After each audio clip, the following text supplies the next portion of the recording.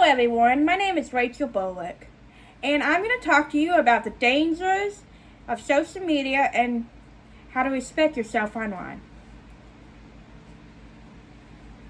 The first thing we are going to discuss in this topic is social media, life, and being aware of what you say online. What is appropriate to say and what we should never say online. Social media is used for creating, sharing, and exchanging information of ideas and verbal communication networks. Some things that are okay to say online are favorite movie quotes or books, quotes that you like, projects you have finished at work that can be shared publicly, your accomplishments and career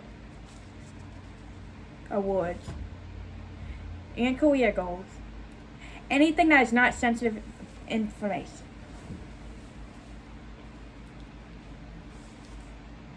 So, such as like anything that you like, your dislikes, anything that's not personal information, that not things that you should keep secret. For example,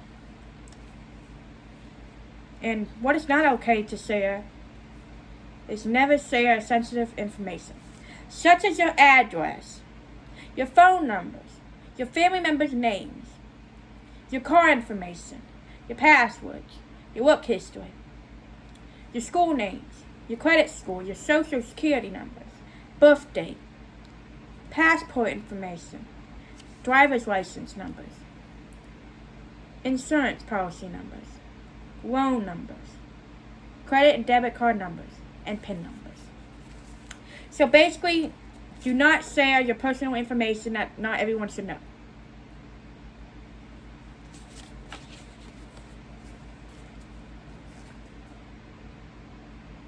The next thing I'm going to talk about is cyberbullying.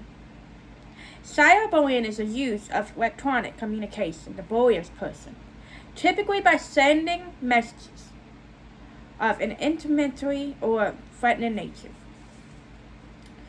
Cyberbullying affects including behavior, mental changes, physical effects, intense feelings of stress and anxiety.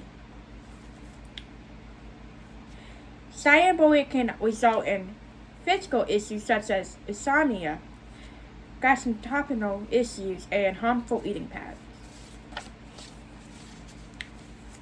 Now we're going to talk about the signs of cyberbullying and how you spot cyberbullying and what to look for. Withdrawing. The first thing is withdrawing from family members, friends, or social activities. So, a drastic change in their attitude or desire to be social. This withdrawal can cause suicide attempts and social problems because you are becoming isolated from loved ones along with any other social activity. Be on the lookout for spending specific amount of time alone. So too much time alone is a bad thing, and you just need to look out for that. So if somebody's by themselves, not talking to people, not engaging with other people, you really need to look for that signs. Because those are signs of there can be signs of cyberbullying. Not always, but most of the time it's a sign of cyberbullying. Especially if they do this second sign. The second sign is becoming nervous when receiving a text. Does your loved one become jumpy on the edge when their phone beeps? Do they show anxiety behavior or anxious behavior? Are they triggered when they look at their phones? These are all things to look out for. And make sure you ask yourself, is your loved one or someone close to you experience these things that I've mentioned? Because when children become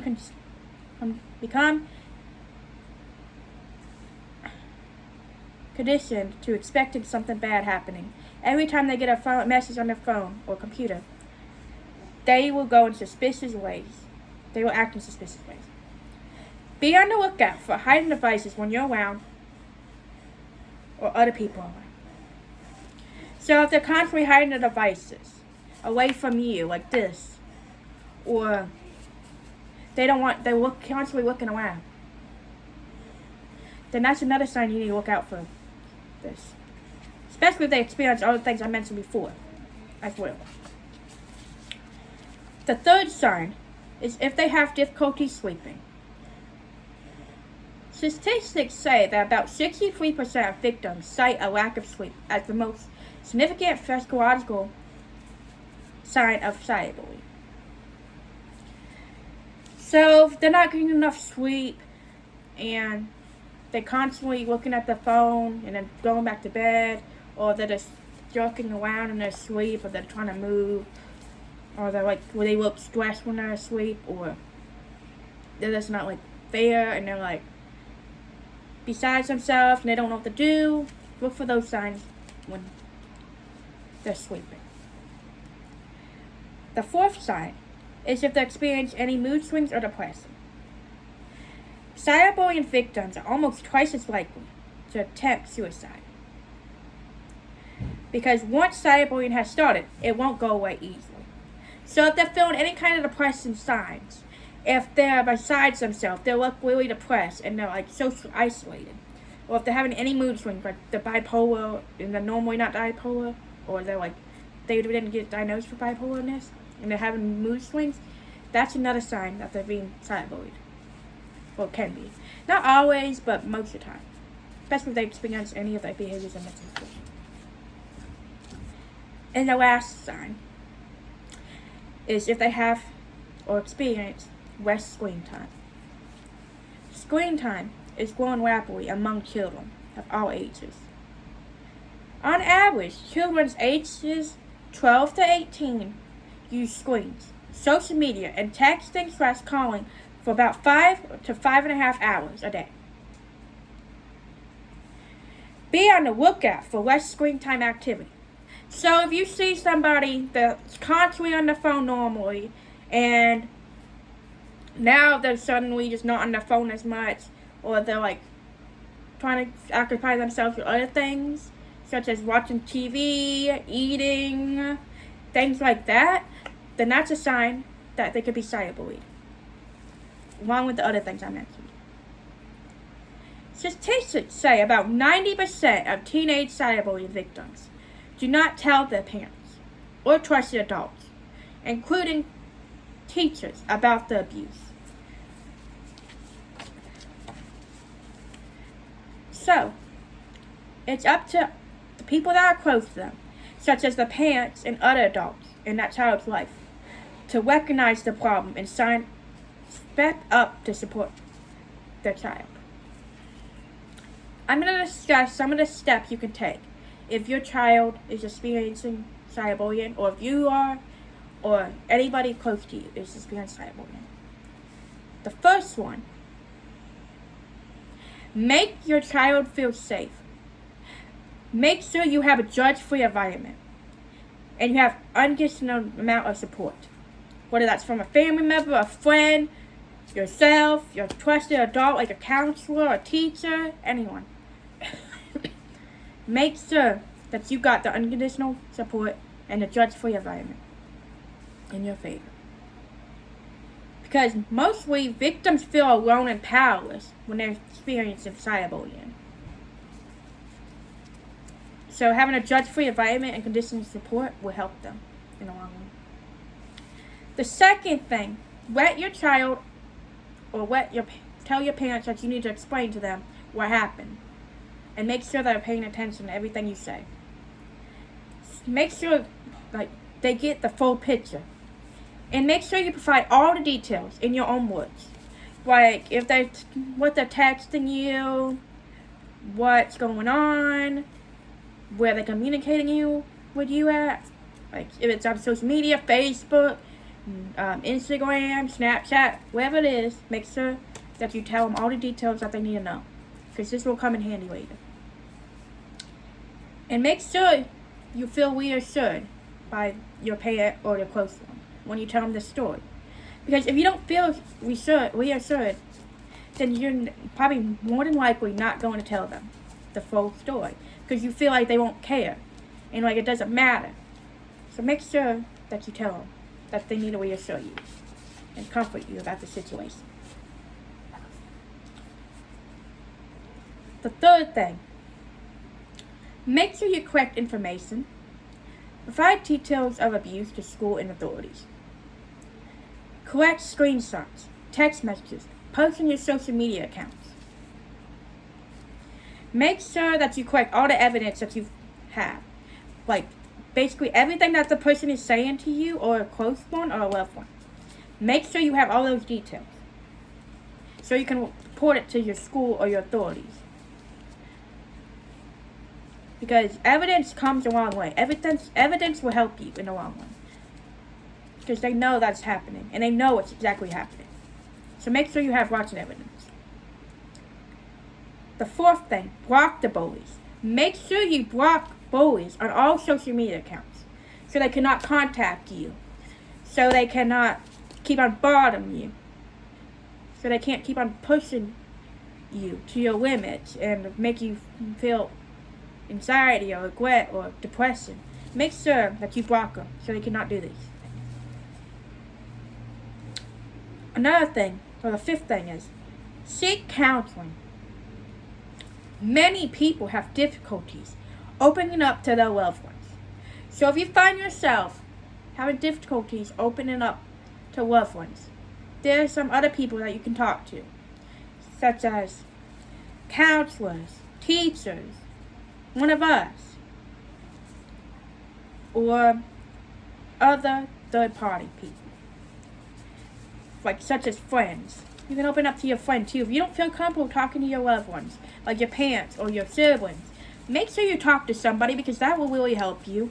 You need to get all the love and support and go to counseling. That you need to do. You need to do all of those things in order to be able to get rid of the cyberbullying.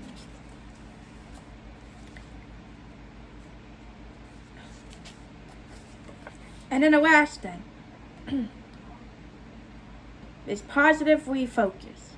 Do fun things away from the internet, such as games, going shopping, going to football games or soccer games, or watching sports on TV, doing arts and crafts, or whatever makes you happy. If you like riding a bike, or if you like watching YouTube, or if you like playing video games, whatever you like to do, make sure you do it so you can lose track of it, so you can not focus on what has happened, and it will help you move forward into your new life and away from the cyberbullying and what happened before.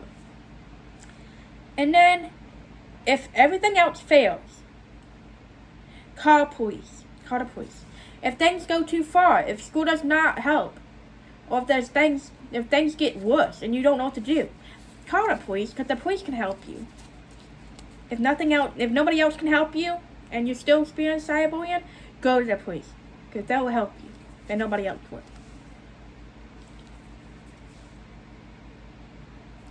The last thing I'm going to talk about in this topic is how to create positive relationships with social media. The first thing is avoid starting your day with social media.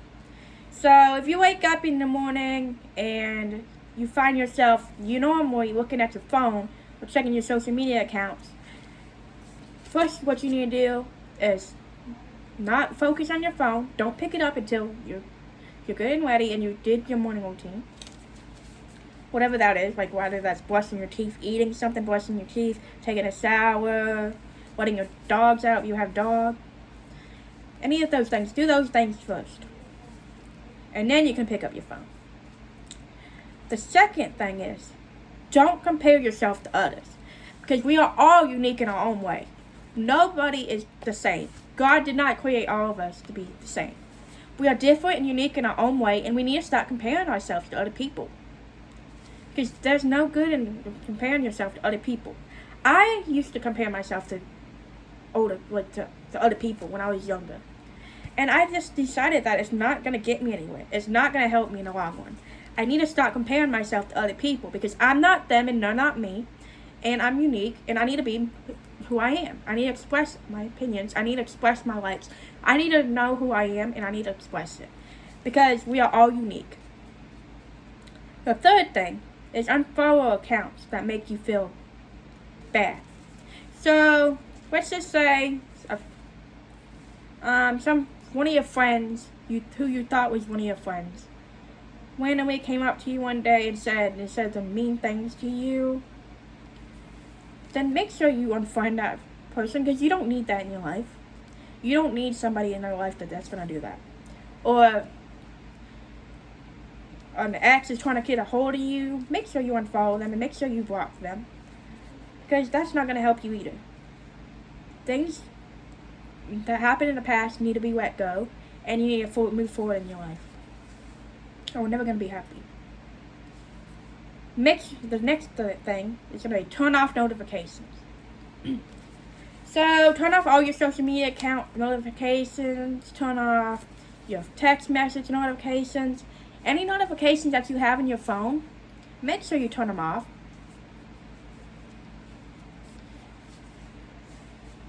Okay, then the next thing is stop checking your views and likes. Because if you constantly check your views and your likes, we're never going to be happy because sometimes they don't go up. Like in YouTube, for example. If you have a YouTube account and you constantly check your likes and your views, then you're not going to be happy if they don't go up. And most of the time, people don't check it. Don't go on YouTube like they did before. So they don't really watch it right away. And that was just going to make you depressed if you don't have any more views or likes after you checked it. Like, let's just say there's a 5-minute interval. You just checked it 5 minutes ago. And you checked it 5 minutes later. And you don't have no more views or likes on your post or on your videos.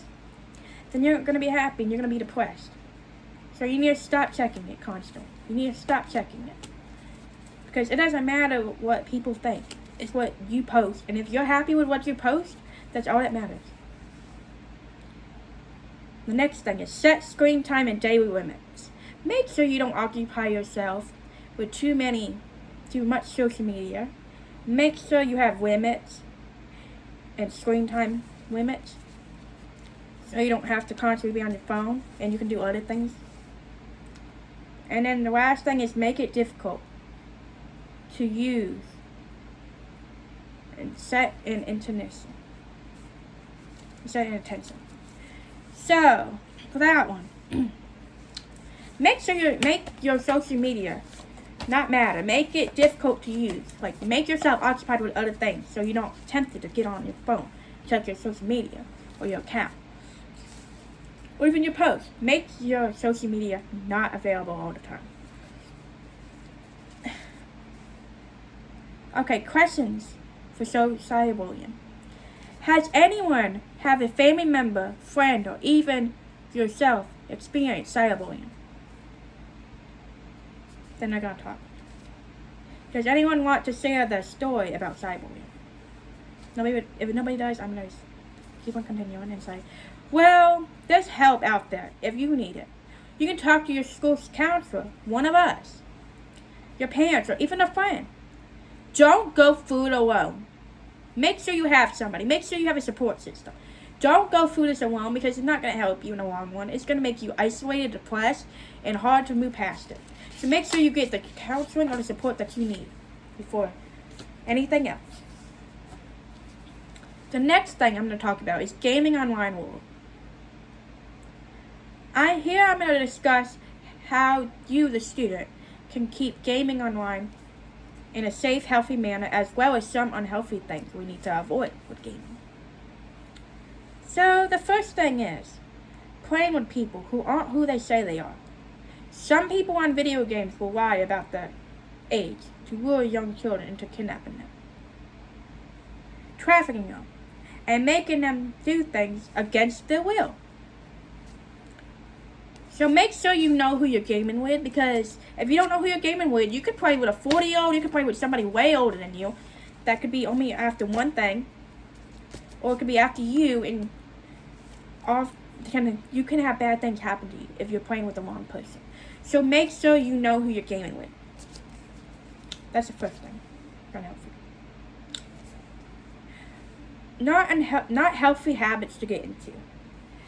You will develop unhealthy habits from gaming, such as obesity, poor sleep or insomnia, behavior problems including impulsive actions, loss of social skills, violence, less time for play and other responsibilities, eye strain, and neck and back problems.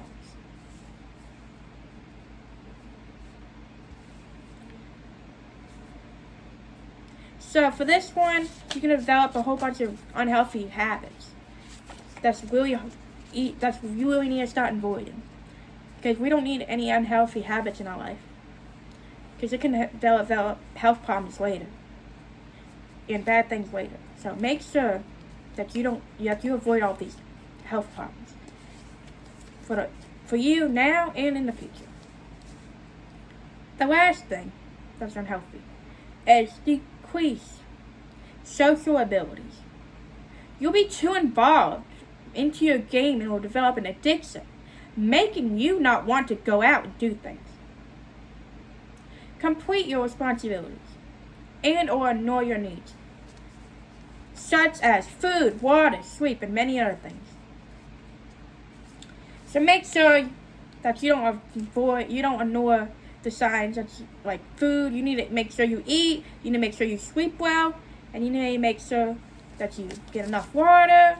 Make sure you have all the fluids in your body at all times, and that this gaming does not become addictive, because that will hurt us in the long run. And nobody needs addiction to get video games.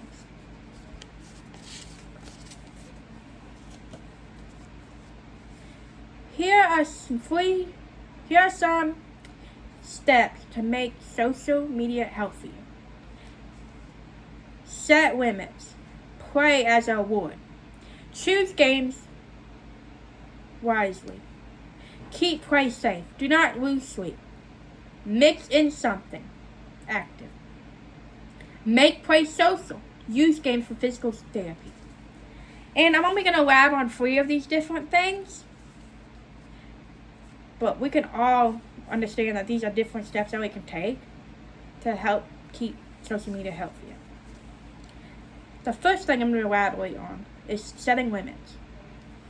Restrict playing to a specific amount of time.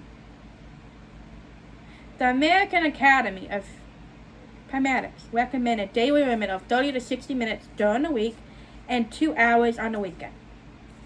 Dr. Fees encourages players to stop before they advance to a new level in the game and save this level for the next time you play.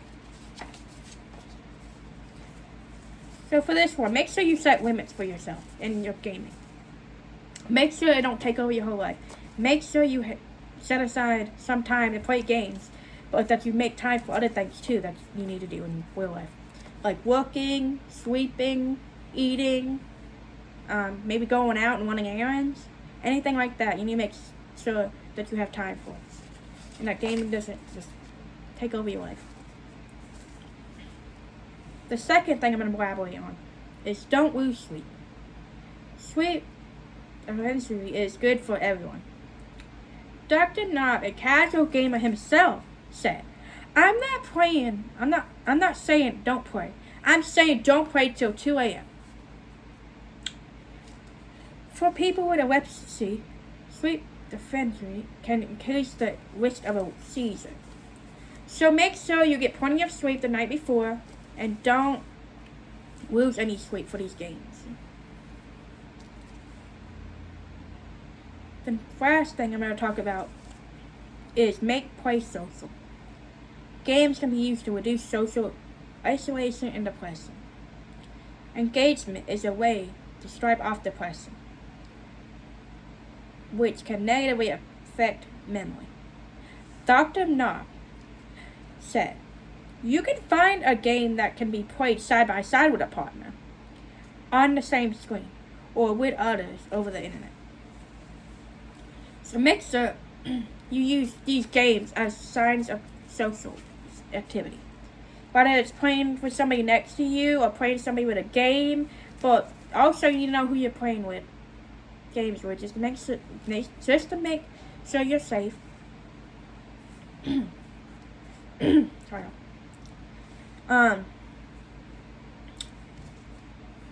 So you can use these games as social activity. You can play with people and have social activity and talk to them and improve your social skills. So make sure you do it for the right reasons if you have to do gaming. Okay, questions for gaming. Raise your hand if you or someone close to you have ever experienced addicting to gaming. Does anyone want to share the story?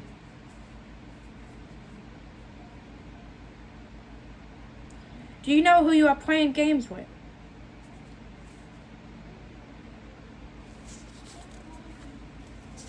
Okay, the last thing I'm going to talk about is sexting. And some of the things we'll discuss in sexting is what is sexting? What are the potential consequences of sexting? Self-disclosure in relationships. And practicing how to respond to a situation where sexting might occur.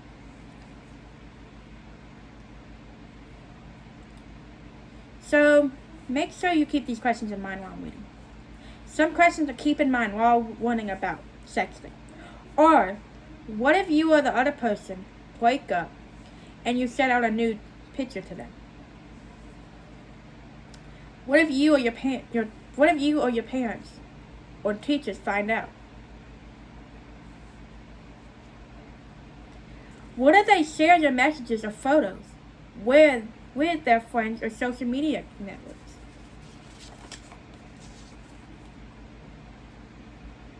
Sexting is the act of sending sexual text messages. Also, it often involves sending nudes or semi-nudes pictures and exploded videos of yourself. Sexting can happen through messaging on cell phones, other messaging services, and or direct messages on social media sites.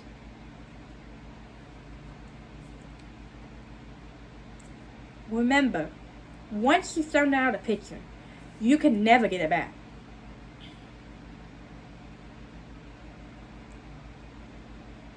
Sexting can affect your mental health and relationships, negatively impact their future, and legal consequences can occur from sex.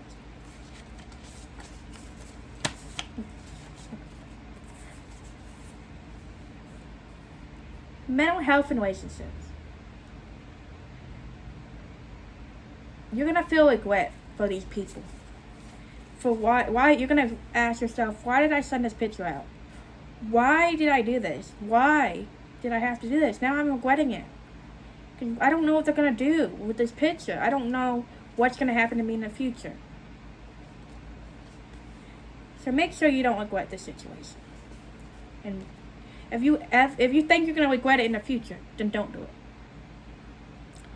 Bullying is another sign. If you can get bullied for this. You can get bullied on social media or from your friends. If they say that they're your friend, but they're really not. So you need to think about, would I get bullied for this? What would happen to me if I send this picture out? Could I ever come back from this? Depression is another thing you need to look out for. Because you're gonna feel depressed, especially if you and that person are gonna break up.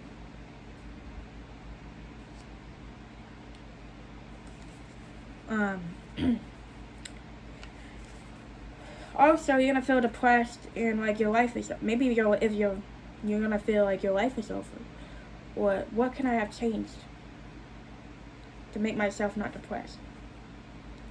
Social isolation is another thing that you need to look out for. Because you're going to feel socially isolated. You're going to cut yourself off or withdraw from your family and your friends. If you send out this picture and you think they're not going to respect you, or you think they're going to think of you differently. So make sure you keep in counter what social isolation can do to you during this process. Loss of friendships is another thing to look out for.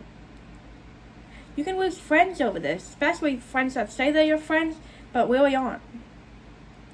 So you need to make sure that you have true friends. And if you don't know if you have true friends or not, then think about this. Think about, what can this do to my friendship? Will my friend support me through this? Before you send a text. And the last thing is, you can lose respect for yourself. You can feel like you love yourself, but after this, you might not. Like, you might say, I don't know. Why did I do that? Like, I lost all respect for myself because of this. If I didn't do it, then I would have all respect for myself because I have done it. I don't know if I can ever move on and get better with it. But you also gotta think of these feelings and these things to look out for if you are the person that's asking somebody for it. So you're going to regret your decision if somebody said no and take you to court for it. And you keep on pressing them to do it. You're going to maybe get bullied because you are the one asking for a picture. You could get depressed because you don't know why you're asking somebody for a picture and now it's ruined your life. You can cut yourself off from family and friends because you asked somebody for a picture and they didn't give it to you, and now they're going to take you to court over it.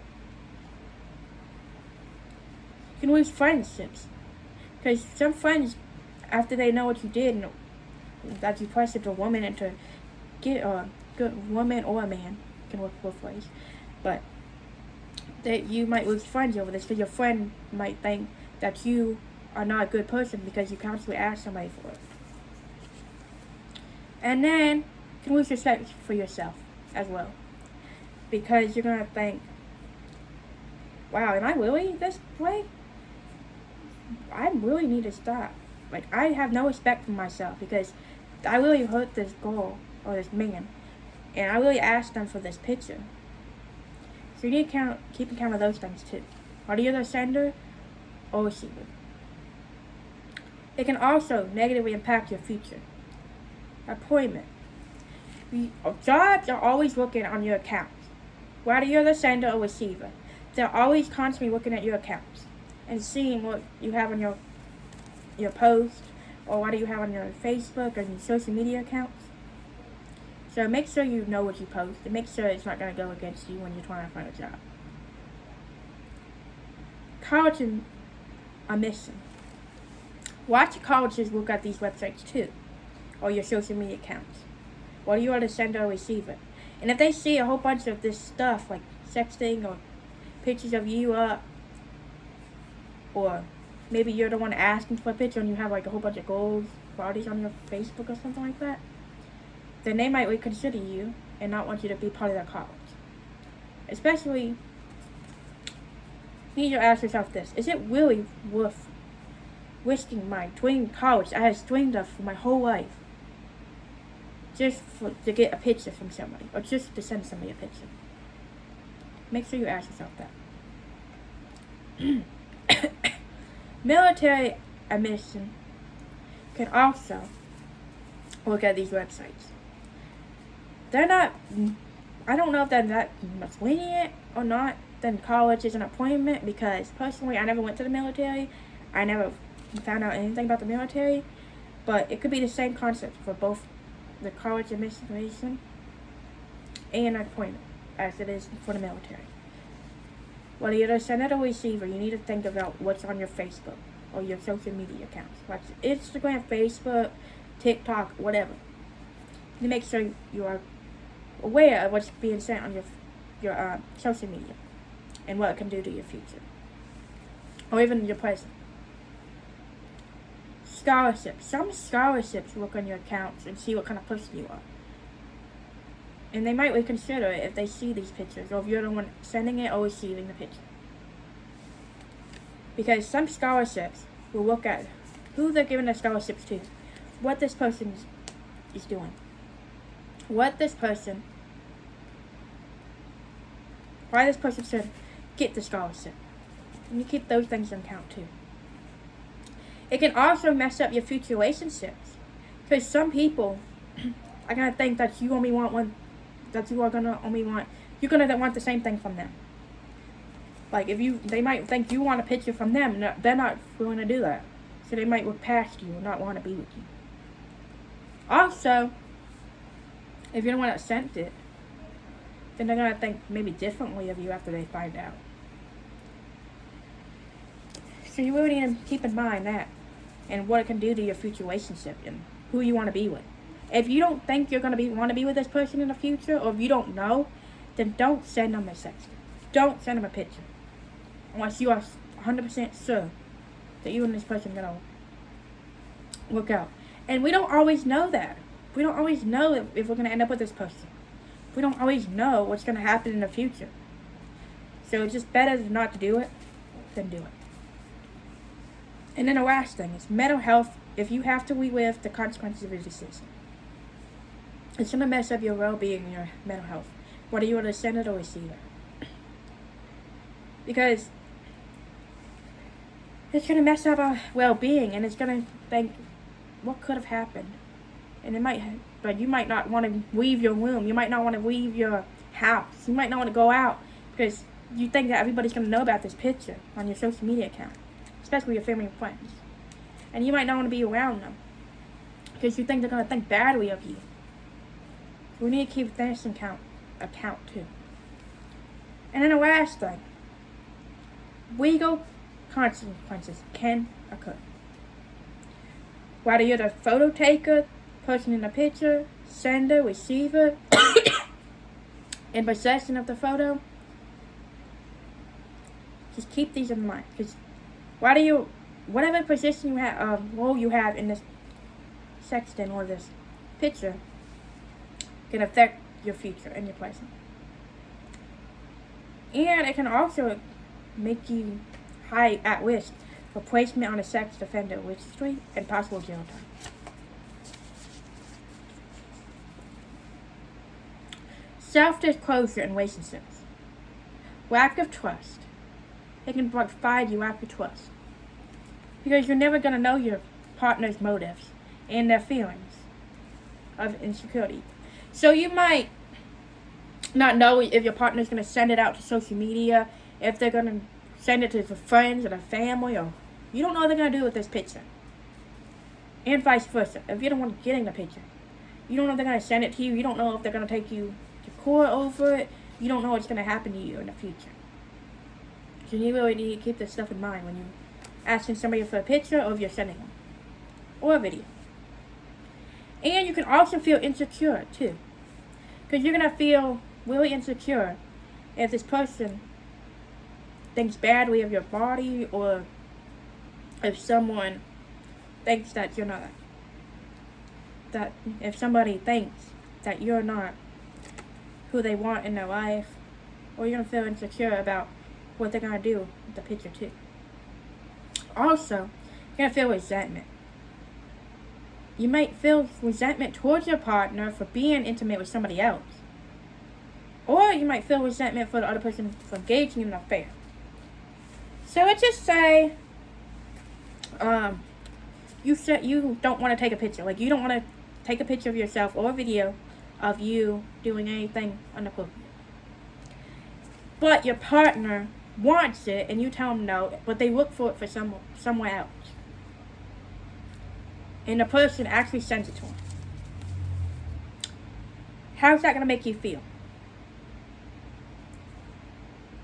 You're going to feel resentment towards your partner and that person that sent it. Whether that person knew that you were with that person or not. Because sometimes the guy or the girl that's asking for the picture from somebody else, the other person might not always know that they're in a relationship with somebody. Because they don't always tell them. So you need to keep that in mind. You're going to feel resentment towards that person anyways, though. Because they sent it. to your partner. You're going to feel jealous, hatred. You can feel betrayal. You can feel all these emotions all in one. And you need to understand what you're going to do in that kind of situation. And you might feel resentment if you're the person asking for that person for the picture. That's not your partner. You're going to think, why did I send this person a picture? I just ruined my relationship. I just ruined my life. Why did I do that? Now I have to resent it. I have to resent myself and that person for the rest of my life. Lastly, how to respond if sexting ever occurs. Some things you need to know is make sure they understand that they or you have the right to say no to them. Anyone trying to pressure you or them into doing something that they aren't comfortable with. You don't have to send a picture. You can tell them no. And tell them that I'm not doing that. I'm sorry. I don't know what's going to happen in the future, but I'm not doing that. I refuse to do that. Because you have the right to give them consent, and you have the right to not give them consent. It's all up to you and what you want to do. But you are not obligated to say yes. And you don't have to do it. If they keep on pressing you, then tell somebody in your family. Or a trusted adult. Another thing you can do is talk about the risk of sending sex things. They likely sent the picture in confidence, not thinking that it could ever be shared against them, or used against them, if they know the risk and know what you said to sexting. Said no to sexting. Keep the pictures for court evidence purposes. So make sure this person knows what kind of consequences they can do or they can receive if they engage in this behavior and send a picture, or if they're asking somebody for it against their will and against their consent. Because it can result in jail time. Or it can result in any other bad thing too. So make sure they know this. And they know this, and they keep on pressing you to do it, then make sure you keep this evidence for court purposes. And you can use it in court. And save yourself in this situation. Okay. That's all I had. That's all I wanted to discuss with y'all today. Does anyone have any questions about what I have talked about today? Okay, thank you.